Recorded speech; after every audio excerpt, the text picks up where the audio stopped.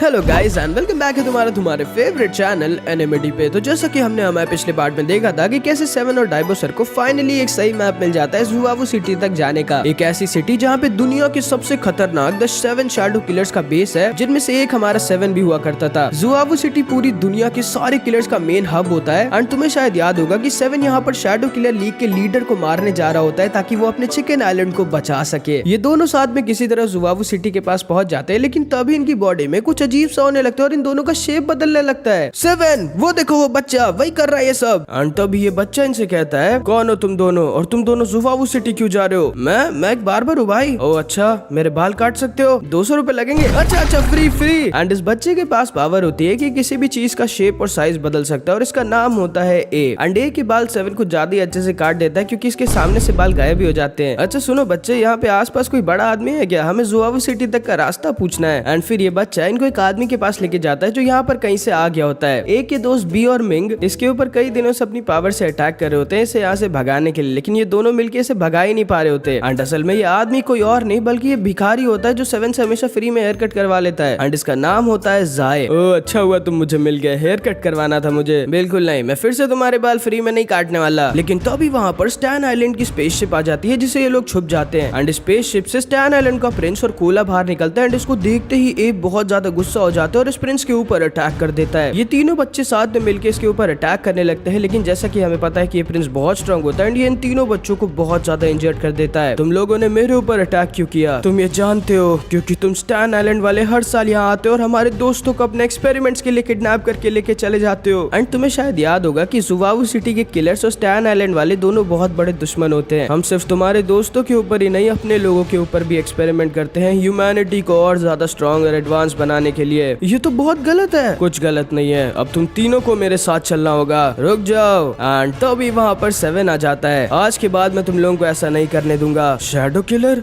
तुम यहाँ क्या कर रहे हो? अच्छा है, आज मैं तुमसे अपनी पिछली हार का बदला लूंगा। एंड तभी ये प्रिंस एक अजीब सी स्टैन बीम का यूज करता है जिससे ये तीनों बच्चे जो थे इनकी सुपर पावर अनकंट्रोलेबल हो जाती है एंड ये लोग अपनी पावर्स को कंट्रोल ही नहीं कर पा रहे होते। एंड फिर ये सारे के सारे आपस में लड़ जाते हैं क्योंकि ये लोग अपनी पावर्स को कंट्रोल नहीं कर पा रहे होते, इसलिए ये लोग कुछ ज्यादा मदद के थे नहीं। एंड तभी ये स्टैन का प्रिंस 7 के ऊपर एक बहुत ही ज्यादा खतरनाक अटैक यूज कर देता है, लेकिन तभी बी से आके अचानक से लड़ जाता है जिसकी वजह से इसका अटैक कोला की तरफ जाने लगता है। ये अपने अटैक को किसी तरह कोला से दूर करने की कोशिश करता है, लेकिन कोला को इसका अटैक लग जाता है एंड कोला बहुत इंजर्ड हो जाती है। एंड कोला की हालत को देखकर पता नहीं क्यों ये प्रिंस पगला जाता है और बी पे गुस्सा हो जाता है क्योंकि इसे लगता है कि इसकी वजह से इसको कोला का अटैक लगा है। एंड ये तुरंत ही बी को खत्म करने वाला होता है, लेकिन तभी जाए पता नहीं कहां से अचानक से इसके सामने आ जाता है एंड इसके अटैक को रोक देता है। ये कौन है और ये इतना स्ट्रांग कैसे है कि ना तो सिर्फ इसके ऊपर मेरी स्टैन बीम का कोई असर नहीं हुआ बल्कि इसने मेरे अटैक को भी रोक दिया। कोला की हालत देखो, अभी लड़ने का नहीं, उसे बचाने का टाइम है। एंड ये प्रिंस तुरंत ही कोला के पास आ जाता है। रुक जाओ, तुम कोला को नहीं बचा सकते, हमारे विलेज के मैजिक विज़र्ड्स ही इसे बचा सकते हैं। एंड ये प्रिंस थोड़ी देर के लिए सोचता है, फिर इससे कहता है, ठीक है लेकिन याद रखना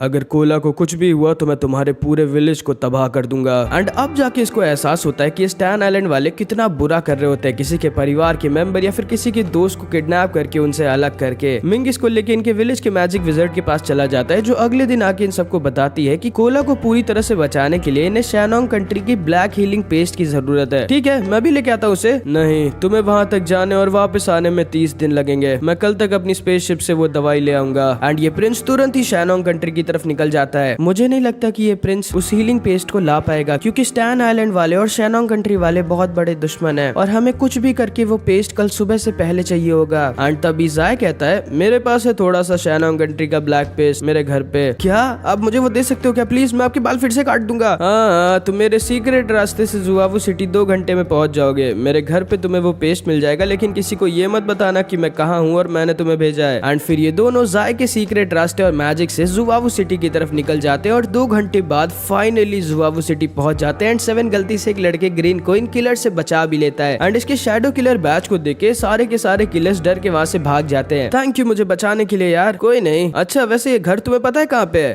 हाँ वो रहा। एंड जाए के घर को देखकर ये लोग एकदम शॉक्ड रह जाते हैं भाई कि उस भिखारी का घर इतना बड़ा होता है। ये लोग किसी तरह जाए के घर के ऊपर उसके कमरे के पास आ जाते हैं एंड 7 को पूरी ज़ुआवू सिटी दिख रही होती है और बहुत ही ज्यादा मस्त लग रही होती है, जिस वजह से डायबोसर थोड़ा डर जाते हैं कि 7 कहीं चिकन आइलैंड को छोड़कर यहीं पे ना रुक जाए।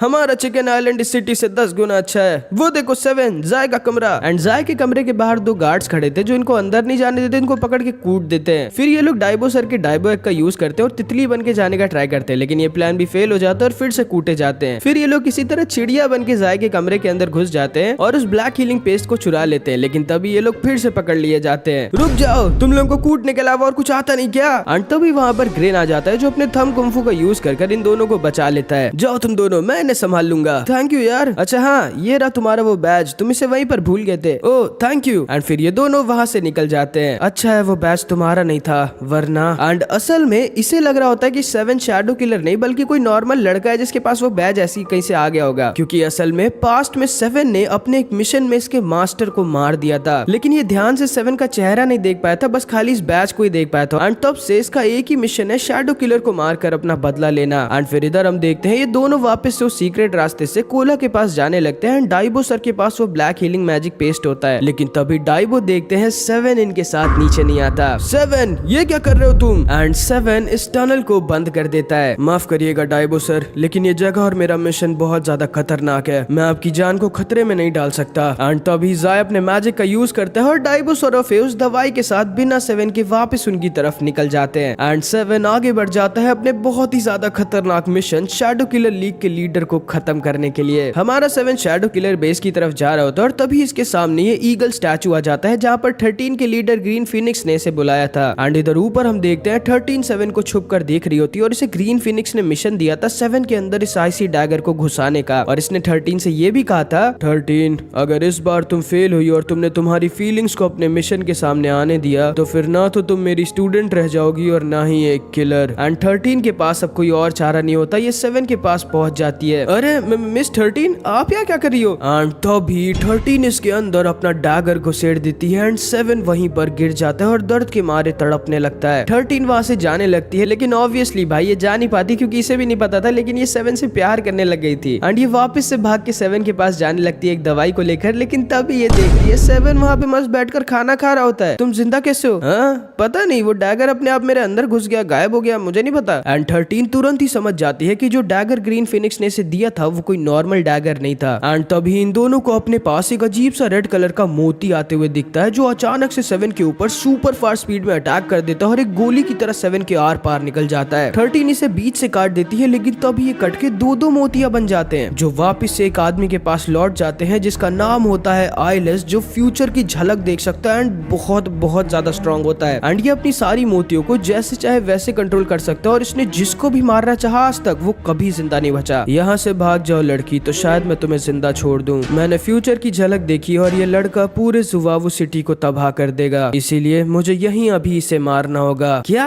मैं जुवावू सिटी को तबाह नहीं? एंड तभी अपने माला की मोतियों से 7 के ऊपर अटैक कर देता है जिसे 7 किसी तरह अपने सिजर से बच रहा होता है। मैं जानता हूँ तुम बहुत स्ट्रॉन्ग हो शैडो किलर, तुमने अकेले एक बार जुवावू सिटी के मिथिकल ड्रैगन को खत्म कर दिया था और तुमने दुनिया के स्ट्रॉन्गेस्ट वॉरियर को हरा के अपनी डीमन किलर स्वॉर्ड ली थी, लेकिन आज तुम मुझसे जिंदा नहीं बच सकते। एंड तभी ये 7 के अटैक को अपने सिर्फ एक मोती से रोक देता है, लेकिन तभी जो डैगर 13 ने 7 के अंदर घुसाया था वो असर करना शुरू कर देता है। एंड वो डैगर असल में कोई नॉर्मल डैगर नहीं था, उस डैगर से अभी वाला 7 जो है वो पूरी तरह से गायब हो जाएगा, उसकी मेमोरीज गायब हो जाएंगी और पास्ट वाला 7 होश में आ जाएगा जिसको वापस से 7 की बॉडी का पूरा कंट्रोल मिल जाएगा। आइलेस 13 को खत्म करने वाला होता है जिससे ये नहीं बच सकती थी, लेकिन तभी पास्ट वाला 7 होश में आ जाता है और आइलेस के ऊपर अपनी डेमन किलर स्वॉर्ड से अटैक कर देता है, जिससे बचने के लिए अपने सारे मोतियों को वापस बुला लेता है और एकदम शॉक्ड रह जाता है अचानक से 7 की इतनी ज्यादा पावर को देखकर। ये समझ जाता है कि ये 7 को ऐसे नहीं हरा सकता, तो ये अपनी आंखें खोल देता है जिससे इसकी कंसंट्रेशन, पावर, रिफ्लेक्स सब कुछ कई गुना ज्यादा बढ़ जाते हैं। 13 को समझ नहीं आ रहा था कि आखिर ये हो क्या रहा है 7 को। एंड तभी आइलेस अपने सारे के सारे मोतियों को हवा में उड़ा देता है और उन सबको एक मीटियोर का साइज का बना देता है और इन दोनों के ऊपर छोड़ देता है। पास 7 आइलेस की तरफ जाने लगता है एंड 13 समझ जाती है अब उसका मरना पक्का है, कोई भी उसे इस अटैक से नहीं बचा सकता। एंड आइलेस के ये सारे के सारे मोती मीटियोर्स की तरह नीचे आकर गिर जाते हैं जिससे आज तक कोई नहीं बचा होता, लेकिन 13 को एक खरोच तक नहीं आई होती क्योंकि 7 ने 13 को अपनी डेमन किलर स्वॉर्ड से बचा लिया था। एंड असल में 7 अभी भी थोड़ा बहुत होश में था और पास्ट वाले 7 को पूरा कंट्रोल नहीं दिया था। 7 वहां से निकल जाता है एंड आइलेस को यकीन नहीं होता कि कोई उसके सबसे स्ट्रॉन्ग अटैक से जिंदा बच गया एंड ये समझ जाता है कि अब ये 7 को नहीं हरा सकता। एंड 13 को बहुत ज्यादा बुरा लग रहा होता है कि शायद उसकी वजह से अब 7 अपनी पूरी मेमोरीज खो देगा, लेकिन तब भी उसने इसे बचा लिया। 7 बस वहां से भाग रहा होता है और अंदर ही अंदर पास्ट वाले 7 से लड़ रहा होता है जो उसकी बॉडी का कंट्रोल चाहता था। इसके अंदर से इस समय इतनी ज्यादा एनर्जी निकल रही होती है कि सारे के सारे किलर्स, यहाँ तक कि शैडो किलर्स को भी इसकी लोकेशन पता चल जाती है, जो 7 की तरफ बहुत ज्यादा ताकतवर और खतरनाक होते हैं। एंड ये सारे के सारे किलर्स 7 की तरफ आने लगते हैं इसे खत्म करने के लिए। एंड फिर इधर हम ग्रीन फीनिक्स को देखते हैं जो द शैडो किलर लीग के लीडर के पास आ जाता है। क्या हुआ ग्रीन फीनिक्स, शैडो किलर मरा कि नहीं? नहीं, मैं यहाँ आपको कुछ और बताने आया हूँ लीडर। क्या कि सिर्फ शैडो किलर ही नहीं है जो आपको मारना चाहता है? अच्छा,